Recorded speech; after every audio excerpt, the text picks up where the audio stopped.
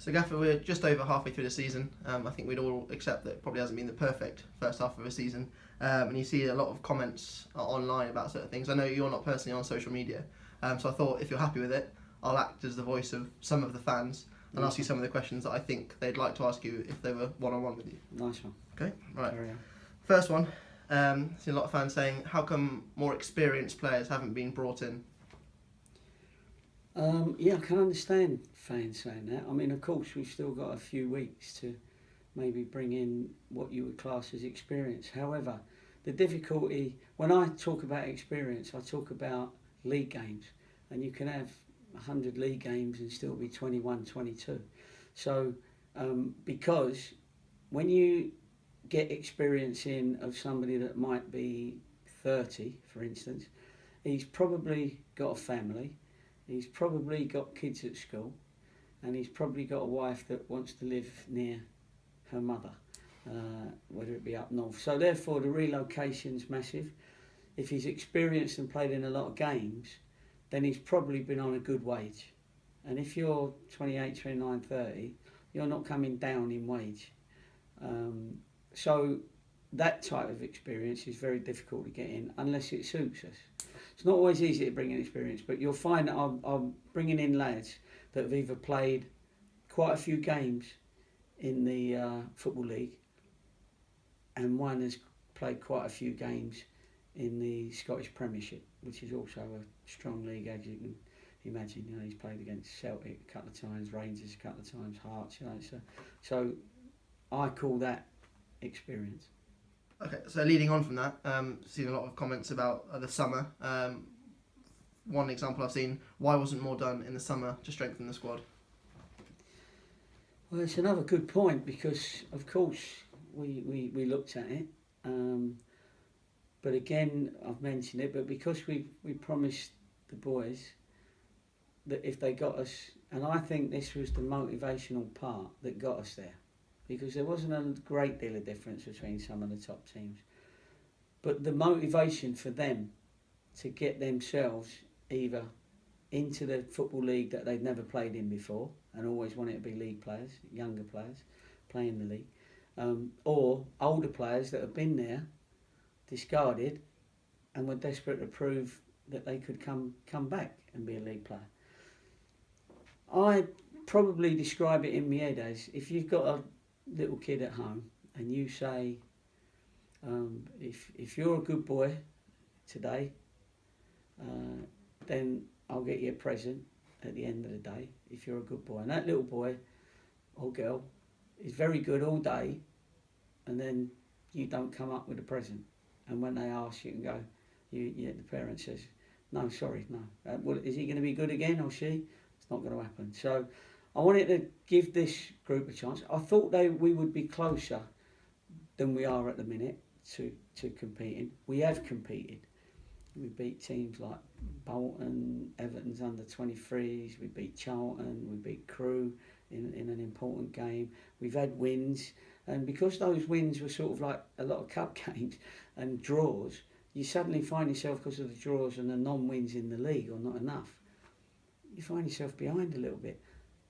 But we've also had a little bit of bad luck. Not an excuse, I don't want to make it, but all I can do is state the facts. We haven't had our main striker, we didn't have our captain, Downsy, for the first part of the season, we didn't have our vice-captain in Stoz for a big part of the season. Yes, some their fault, some unlucky through injury. We haven't had Asa. There's people that we haven't had, so we had to bring in loans that we're going to add to the squad as opposed to the team, because my promise had to be kept. Otherwise, players wouldn't sign you no more. So that's where that comes in. And I think if we stay up, then and survive, which I'm sure we will, then that still would have been a good decision, because that got us back in the league. I promise you. My next point is related to newspaper articles and other comments online to do with the criticism of the players. After a few games, you said that these players might not be up to the level. Those kind of things. You haven't singled anyone out, but you said the squad in general. Do you think you've been overly critical of them? No, And the reason why I believe that I haven't been overly critical is because what I like to do is tell, without mentioning individuals, is speak to our fans the same as how I'm speaking to the boys. It's not rocket science to work out that the squad that's available to you wasn't good enough during certain parts of the season, and we haven't had enough wins. So it's fair to say that when I'm in meetings with the lads, it's saying, look, I so want you to do well in the league. I want you to do well for yourself. I want you to earn £100,000 a week that some are earning. What happens when you're 30 and your little kid says, Daddy, well, you're always on small wages. Why am I only got a little car when my mate next door's got a big car that you... Anyway, so it's that I'm trying to motivate them into giving their best and becoming better players. And if I take them as far as I can, if someone's a shrinking violet and can't handle me saying, you need to do more, you need to work harder, your heading's not good enough, your touch ain't good enough for this level, then you don't want them anyway, because they've got to be in that way that they want to improve themselves on and off the pitch, and both go together. And when they start families, they'll thank me later on if they have improved enough to stay in the league. So I don't say nothing to the fans that I haven't already had many conversations with the individuals and the team. You know what I mean? So I think that's important for people to know. And I don't think, before you start saying things like that, the players have got to trust you. So they know that you're not just deflecting. Do you know what I mean? They know that you're not just making an excuse for yourself, and they know that. They're the ones that I care about. And I don't think you've ever seen an interview with one of the lads where they haven't agreed with what I've said. Never. You won't find one in the 18 months I've been here. And that's because I talk to them first, and they know exactly why it is that I'm doing what I do. We had bad results there. They'll still keep the results there for the end of the season.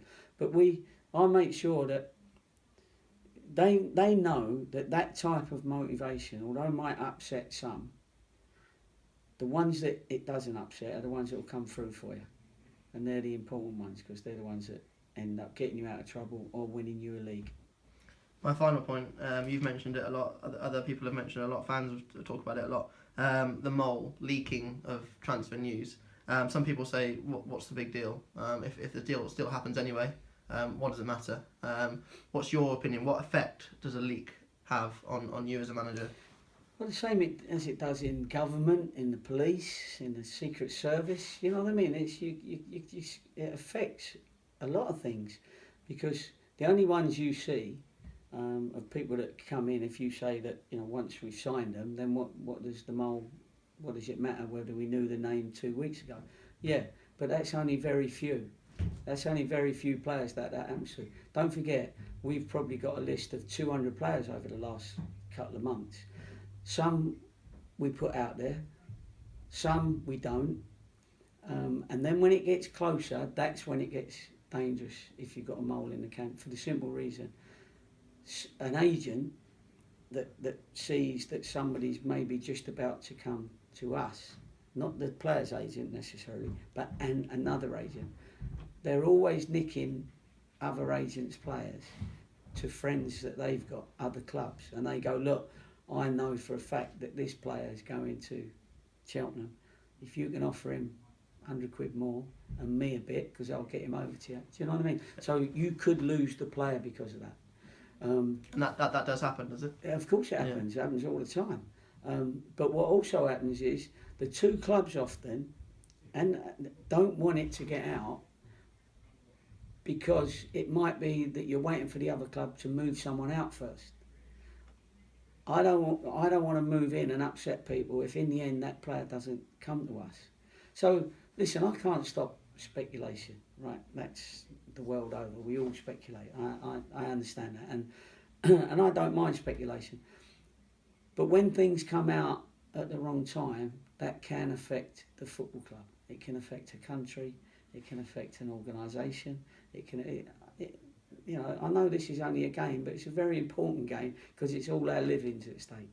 And I know someone else has got to earn a living through the newspaper, etc., etc. Speculation, no problem. A local paper that's national, because it all goes into news now, that ends up putting things out before officially it can happen, is dangerous.